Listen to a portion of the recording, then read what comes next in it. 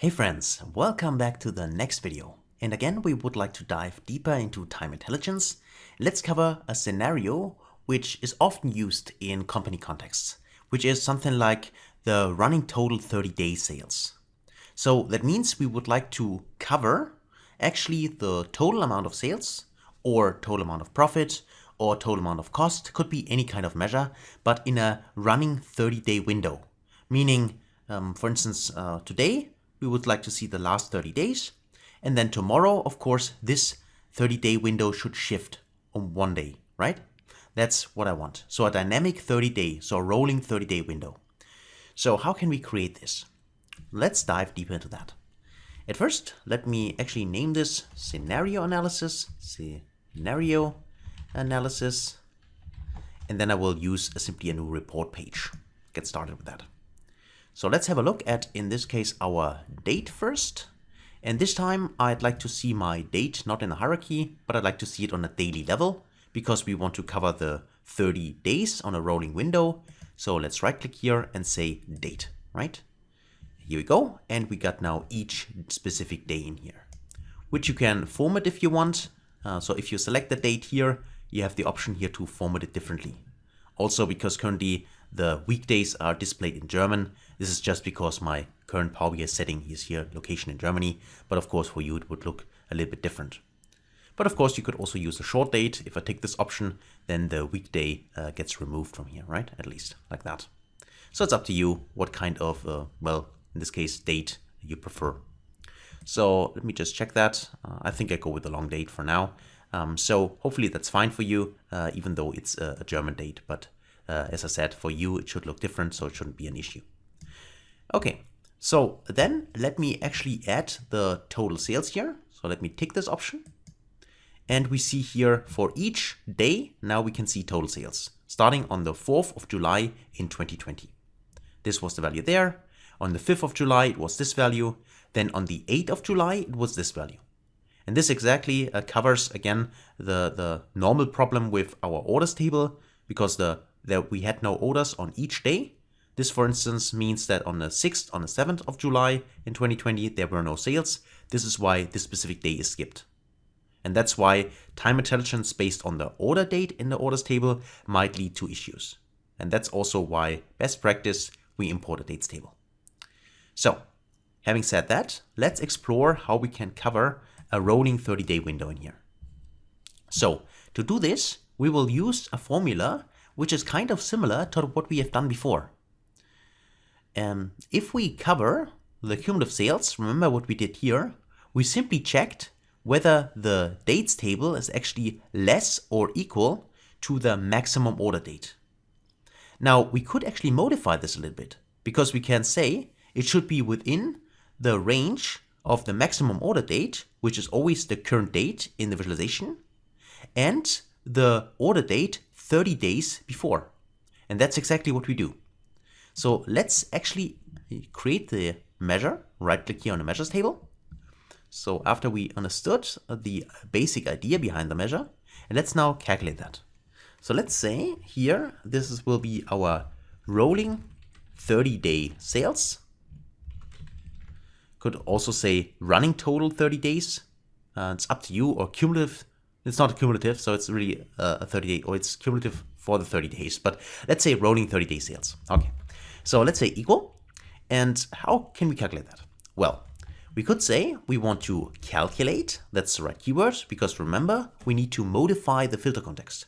Because here, we don't want to focus only on a specific day, which is in the filter context. We want to actually override this and just make sure that the day is less than this day, but greater than 30 days before this day. That's the idea. So let's do that. Let's say calculate. And as an expression, I say here, I want to have my total sales in my case again. So total sales, that's the measure. And then for the filter, I'd say I want to filter, in this case, my dates table. So I can say all or all selected. It doesn't matter here, could use both. Let's say all selected, and I'll refer to the dates table date, this one here. And I say that in this case, that for the expression, I want that the dates table date this one, is less or equal, just to include the maximum date, so the current row we are on, for instance, Sunday, 12th of July should be included. That's why we say less or equal to the maximum of the dates table date. So this one here. And we now need to cover also a second formula because we want to say it should be less or equal to the maximum. That's fine. But this would only give us the running total, right? So this would only simply cumulative sales across all the days up to the end. And this is not what we want. So that's why we need to first make sure it should be, let's say, greater or equal to the maximum dates table date, which would be the date in the current row. And we simply subtract 30. So we say 30 days before this date. And because we also want to make sure that it is not greater or equal to the current date, we can use double ampersand. This is a combination, this is the and symbol in Power BI, a double ampersand, and say that the dates table date, this one, should be less or equal to the maximum of the dates table date. So here we go. And I also think, just to make sure, I think I can close this and close the calculate function, that it should be greater, I think. Just to cover exactly 30 days, I think it's greater than the maximum minus 30 days, and it should be less or equal to the maximum date. So let me first format this, and then let's cover what this actually does, this expression. So let me go to my browser here, let me say new, let me paste it, let me format it, and then let me copy it. Copy, and let's paste it in our report. Okay, so that means the formula is kind of similar to the running total. Remember, we also used the all selected function to remove the current filter context, which is each weekday here in this case. But then we make sure that the time period we want to cover is less or equal to the maximum dates table date. This expression alone would only refer to the running total, right? Which we already covered. But we also say we have a second condition. This is why this AND criteria. So both of them needs to be fulfilled. And the second one, in this case the first one here, this is this one, is that the dates table is greater than the maximum. Again, the maximum is referring to the current row, minus 30 days. So for instance, if we are on the 9th of August, then we go 30 days back, and we want to cover a time frame 30 days before the 9th of August up to the 9th of August. And this is what we actually want to visualize then. So let's do that. Let me press enter for the rolling 30-day sales.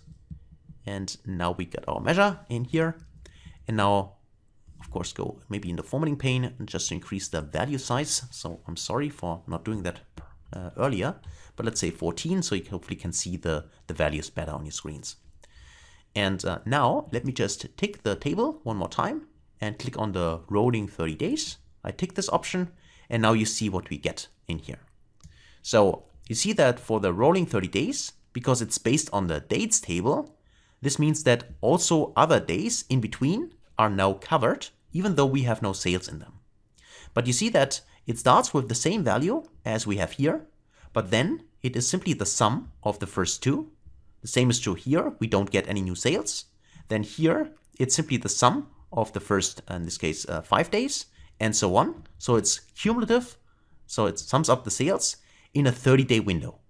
Which simply means that if we go up, we're still in July, go up to July, and in August here, for instance, you see that the value here is less than, or here as well, here the value is less than in the prior. Simply because, remember, the value here itself, which is shown, is always the sum of the current day, which is in this case blank, plus the 30 days before. Or actually the 29 days before, I think, because we say greater than 30. But it's always a 30-day window which is displayed here. Okay? And that's how this rolling 30-day sales work. And of course, you can modify this to your specific requirements. So if you say for the rolling 30 days, I actually have not 30 days, it should be 90 days, or you actually want to apply to a different kind of measure, just remove the total sales and use a different kind of measure, or change here the 30 days. Currently it's static, and of course you can add any kind of value in here, which you want. And also, if you like to do it a little bit more flexible, you can also use, for instance, a what if scenario value and add the scenario value in here to give the report consumer the option to choose maybe 30 days, 10 days, and 90 days, so you can make it dynamic if you want. But that's basically how this rolling 30-day window works. Okay? So that's it for this video and this expression. Hopefully you learned something new and you applied it yourself, try it out, and otherwise, thanks a lot for watching and hopefully see you in the next video. Until then, best guys.